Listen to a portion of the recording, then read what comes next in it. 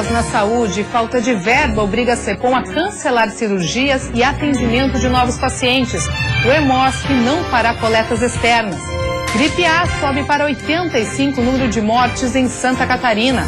Plano diretor, Prefeitura da capital vai realizar oficinas nos bairros para discutir o projeto com as comunidades. Boa notícia para a indústria, o setor espera investir quase 3 bilhões de reais até 2018. No futebol, Avaí e Criciúma entram em campo hoje à noite pela Série B do Campeonato Brasileiro. De bem com a saúde, idosos apostam em atividade. Tira todas as dores, não só da coluna, mas da perna, de tudo que é lugar.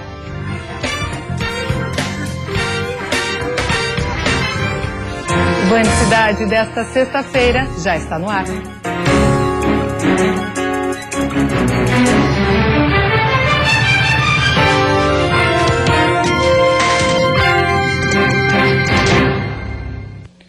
Olá, boa noite. Dificuldades na saúde. Por falta de verba, o Cepom e o Hemosc vão diminuir os serviços. As duas unidades acumulam dívidas de 30 milhões de reais. Nayane é paciente do Cepom e está preocupada. Ela tem exames marcados para os próximos dias e percebeu que a qualidade do atendimento está piorando. Achei que as coisas eram muito mais rápidas e agora é bem demorado. Eu estou há 3 meses quase esperando para fazer a tomografia, que já deveria ter sido feita no começo do ano. De acordo com o contrato, todos os meses a FAES deveria receber do governo do estado 12 milhões de reais para administrar o Hemosc e o Cepom. Mas as duas unidades enfrentam problemas e já acumulam dívidas de 30 milhões de reais. Entra pessoal, entra a compra de medicamento, entra a manutenção do imóvel, manutenção de máquinas. Em nota, a Secretaria de Saúde do Estado informou que repassou para as entidades, só em 2016, mais de 68 milhões de reais e que ainda esta semana fez 2 depósitos de quase 5 milhões. Mas como os atrasos são recorrentes, a FAES diz que conseguiu regularizar o ano de 2015, mas que o valor ainda não é suficiente. Do início do ano até agora, ainda falta pagar 43 milhões de reais. Para se adequar ao orçamento abaixo do normal, a administração precisou cortar serviços. Próteses de mama já não estão mais sendo entregues no estado e, a partir de agosto, cirurgias eletivas serão suspensas e novos pacientes com câncer não poderão mais ser aceitos. No Hemocentro do Estado, que distribui sangue para os hospitais realizarem cirurgias, as coletas externa de cordão umbilical e de medula óssea também devem ser afetadas. A gente vai dar conta de tudo, mas se não tiver dinheiro, no futuro a gente vai parar gradualmente as coisas todas, né? E subiu para 85 o número de mortes por gripe A em Santa Catarina. As maiores vítimas foram pessoas acima de 40 anos de idade. Do início do ano até agora, 660 pessoas foram internadas para tratamento da doença. De acordo com o último relatório divulgado pela Diretoria de Vigilância Epidemiológica, na última semana foram confirmados mais 13 casos e 5 mortes por gripe A no estado. As regiões de Chapecó, Joinville e Blumenau ainda concentram o maior número de casos confirmados do início do ano até agora. Já são 652 casos confirmados e 85 mortes em todo o estado. Com relação à influenza B, Santa Catarina registrou 2 mortes e 8 casos. A gripe provocou principalmente a morte de pessoas acima de 40 anos e 85% delas tinham algum fator de risco associado, como obesidade. A importância do tratamento precoce é comprovada pelo fato de que os 573 casos de síndrome respiratória aguda por influenza que evoluíram para a cura fizeram uso do antiviral em média até 4 dias após o início dos sintomas. Por isso, ao ter febre, tosse ou dor de garganta associados a mialgia ou cefaleia, é necessário procurar atendimento médico. A campanha de vacinação contra a gripe em Santa Catarina este ano atingiu uma cobertura de 98% em todos os grupos prioritários. Porém, além da vacinação, outras formas eficazes de prevenção para a gripe são lavar as mãos com água e sabão várias vezes ao dia e adotar a chamada etiqueta da tosse. Isso porque as mãos são um importante veículo de transmissão do vírus da gripe. E depois do intervalo, a Prefeitura da capital vai realizar oficinas em vários bairros da cidade para discutir o plano diretor com a comunidade. Bom para a saúde, hidroginástica tem ajudado a espantar as dores e melhorar a qualidade de vida de um grupo de idosos de São José. Tira todas as dores, não só da coluna, mas da perna, de tudo que é lugar.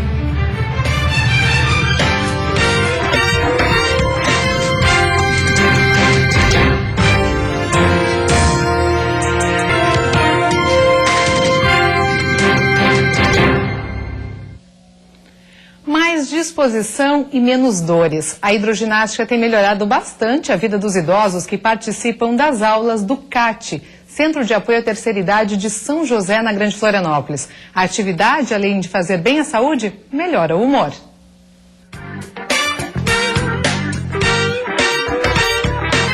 A gente percebe ao longo do tempo muitas melhorias, não só no âmbito físico, mas principalmente no âmbito social e psicológico. Só para citar alguns benefícios. A melhora da autoestima também é consequência da rotina dos 600 alunos que estão matriculados. Esta é a aula mais procurada. Os movimentos dentro da água são intensos, mas sem impacto. A aula é sinônimo de bem-estar e, olha, também tem muita diversão. Estou muito feliz, gosto muito da minha marrecada. A marrecada é o grupo. A marrecada é o grupo, são tudo as marrecas. Lá fora, muito frio, mas aqui a temperatura da água é sempre de 33 graus, que não deixa a preguiça chegar. Tudo é feito com muita supervisão. Cada aluno tem atestado de saúde comprovando que pode praticar a atividade. A maioria busca a hidroginástica por recomendação médica. E os relatos impressionam, porque com a prática do exercício, as dores vão embora. Tira todas as dores, não só da coluna, mas da perna, de tudo que é lugar. Eu antes pagava, mas depois o dinheiro ficou curto, não pude mais pagar. Consegui aqui, estou maravilhada. Eu era muito ofegante, cansaço, né? Por causa do problema de pulmão e coração. Aí eu já estava no CAT, resolvi fazer, foi maravilhoso. Tinha recém-chegado no Brasil, estava doente, com depressão. E aqui eu pude fazer várias coisas e eu consegui sair daquela depressão. Estou com 79, mas eu acho que me sinto com 60. 60 anos. Até 2025, o Brasil será o 6º país do mundo em número de idosos, segundo a Organização Mundial de Saúde.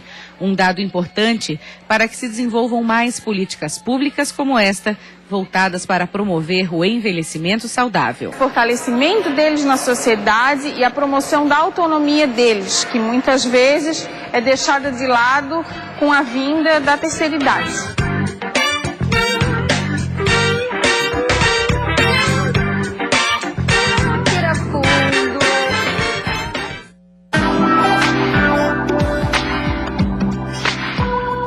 O fim de semana no estado deve ser de sol entre nuvens em todas as regiões. Temperaturas mais baixas ao amanhecer e com leve aquecimento ao longo do dia, tanto no sábado como no domingo.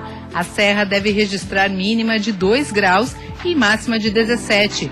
No litoral norte e Grande Florianópolis, as tardes devem ser ensolaradas e com temperaturas mais amenas. As máximas ficam entre 18 e 19 graus. No oeste, no Vale do Itajaí, o amanhecer vai ser gelado, com mínima de 6 graus nas duas regiões. No sul do estado e no Planalto Norte, condições parecidas, e as máximas ficam entre 18 e 20 graus.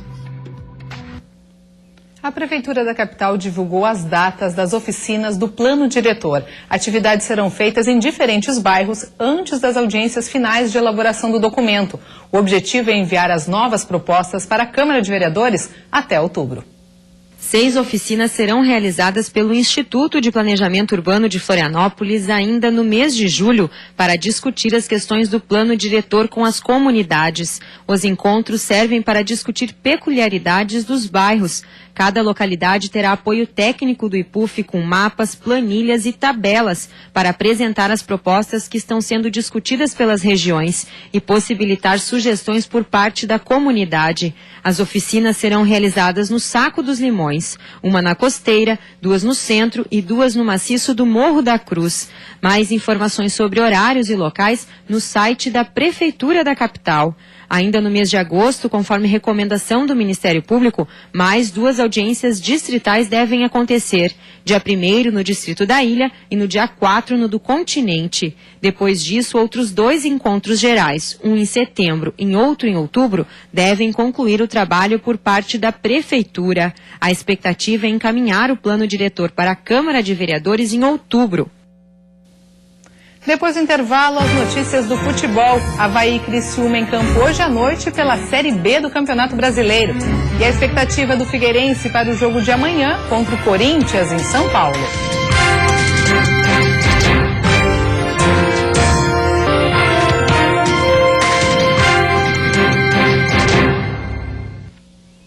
Futebol. A Chapecoense conseguiu garantir um empate de 0-0 contra o Atlético Paranaense ontem à noite. Agora o Verdão decide em casa a classificação para a próxima fase da Copa do Brasil.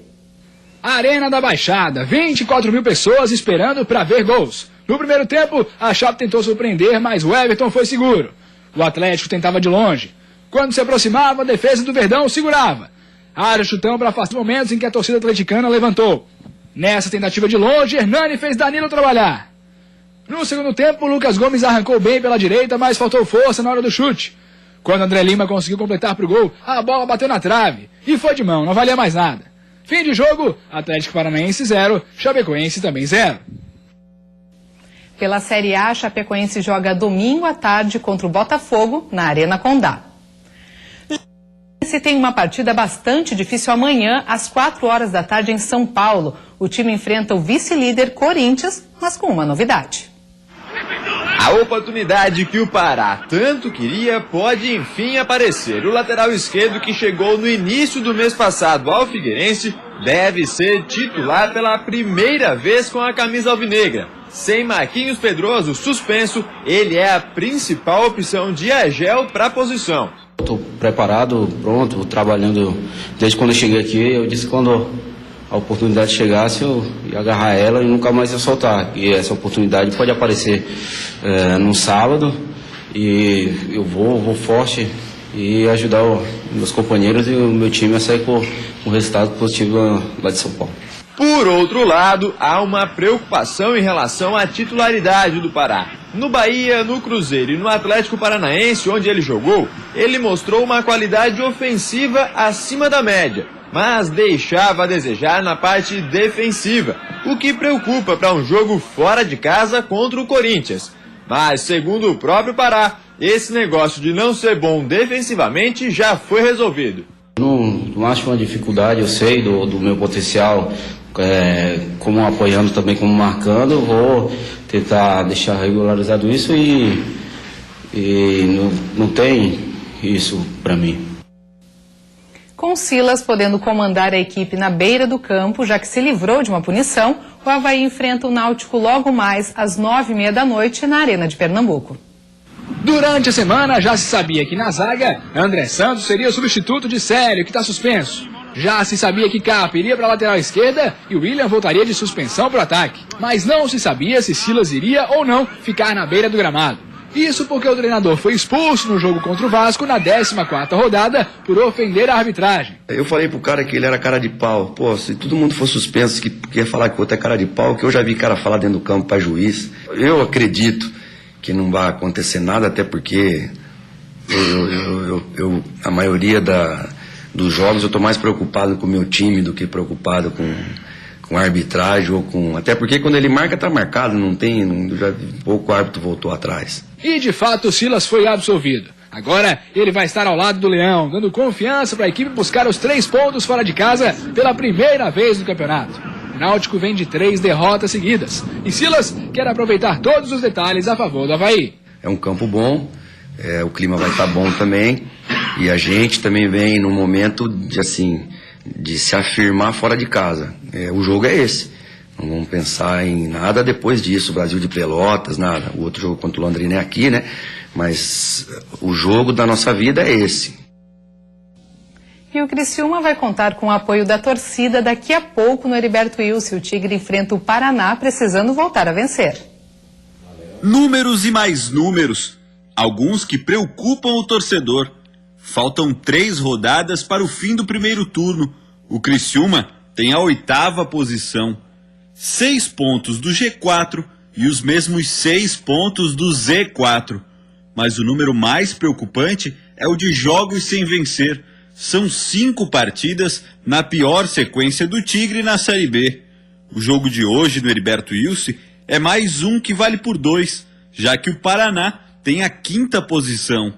Uma vitória hoje pode melhorar os números do Criciúma e a equipe espera contar com o apoio do 12º jogador. Está na hora de quebrar essa sequência de não vitórias. Então chegou a hora, esperamos até contar com o apoio da torcida, que ajude para nós buscar esses 3 pontos que é importante para nós. O técnico Roberto Cavalo promove 3 mudanças. Barreto volta ao time titular na vaga de João Afonso.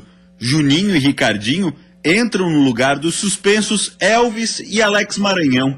Diego Giareta continua improvisado na lateral esquerda. Mas para melhorar os números do Tigre, a palavra de hoje é mobilização. O momento nosso agora é mobilizar bem nosso grupo com a torcida, pedir o apoio de vocês sempre da imprensa para apoiar até final do jogo, porque uma vitória nos deixa bem na tabela e qualquer resultado inverso sabe que fica cada vez mais difícil o acesso. Então nós temos que ter essa mobilização total para conseguir os resultados positivos. E no próximo bloco, o governo federal prepara um pacote de medidas para reativar a economia. Já em Santa Catarina, melhora a confiança da indústria. Até 2018, a expectativa é de um investimento de quase 3 bilhões de reais no setor.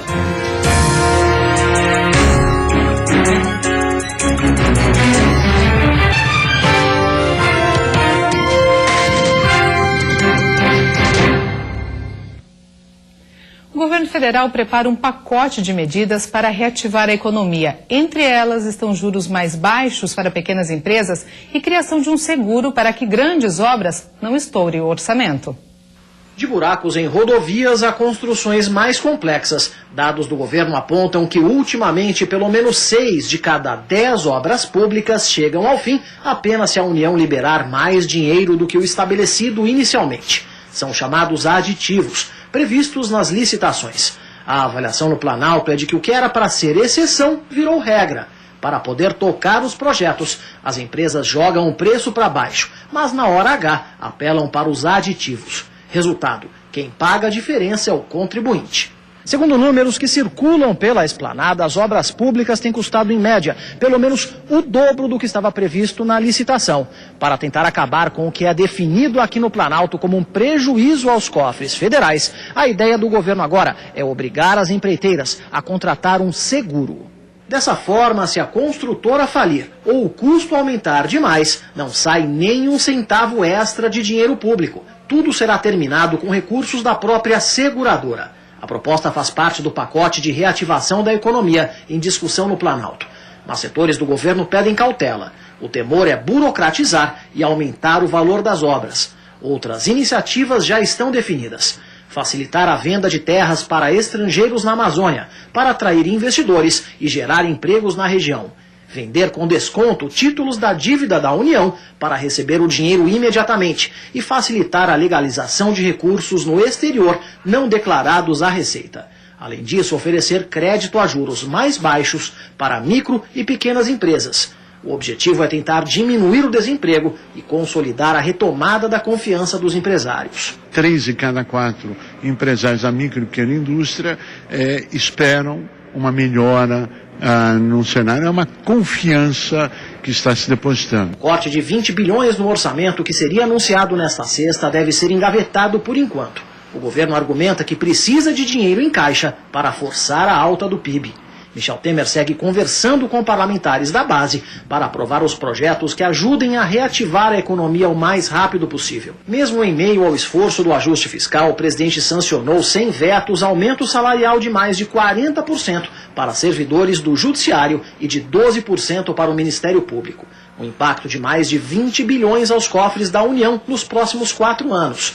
Para este economista, o aumento não prejudica o ajuste, que já estava previsto no orçamento. Como esse assunto já havia sido noticiado anteriormente, não creio que isso vai mudar o otimismo que hoje existe em relação à perspectiva de mudança do governo. A Fiesc apresentou hoje um panorama dos investimentos da indústria catarinense até 2018. A expectativa é que sejam investidos quase 3 bilhões de reais no setor. Para 2016, a indústria catarinense prevê investimentos de 1,6 bilhão de reais. A expectativa representa um recuo de 28% sobre os investimentos do ano passado. Entretanto, a boa notícia é que este aporte, embora menor, crie quase 3 mil vagas de emprego no estado. E a expectativa é que até 2018 o setor invista nestes 3 anos 2,7 bilhões de reais. Neste ano, por exemplo, no período de janeiro a maio, nós lideramos a geração de empregos no país, mais de 8.500 empregos. E, portanto, com esses investimentos, na verdade, o que gera emprego são os investimentos, né? Com estes investimentos e com um encaminhamento mais favorável para o ambiente de negócios no país, a indústria catarinense voltará a dar sua contribuição extremamente positiva para o crescimento de Santa Catarina. Os dados fazem parte do panorama e perspectivas dos investimentos da indústria catarinense apresentados pela Fiesc com o apoio do BRDE. Os setores que projetam mais investimentos são os de máquinas, aparelhos e materiais elétricos, seguidos pelo de produtos alimentícios e celulose e papel. Para o presidente da Fiesc, a confiança na economia está melhorando e os resultados já começam a aparecer. De fato, consagra uma tendência que temos nos últimos anos de canalizar os investimentos mais para a área de tecnologia, inovação, qualidade de produto, o que é essencial, sobretudo para que as indústrias possam sair mais rapidamente da crise. A indústria catarinense encerrou 2015 com queda de 7,9% em sua produção e declínio de 12% nas vendas em termos reais. Porém, os empresários enumeram alguns pontos positivos que podem favorecer as atividades até o final de 2016. Abertura de novos mercados, perspectivas de mudanças políticas, combate à corrupção e taxa de câmbio favorável às exportações. A pesquisa Investimentos da Indústria Catarinense 2015-2018 ouviu 110 empresas do estado entre os meses de fevereiro e abril de 2016. O Band Cidade de hoje fica por aqui. Vem aí agora o Jornal da Band. Um ótimo final de semana para você.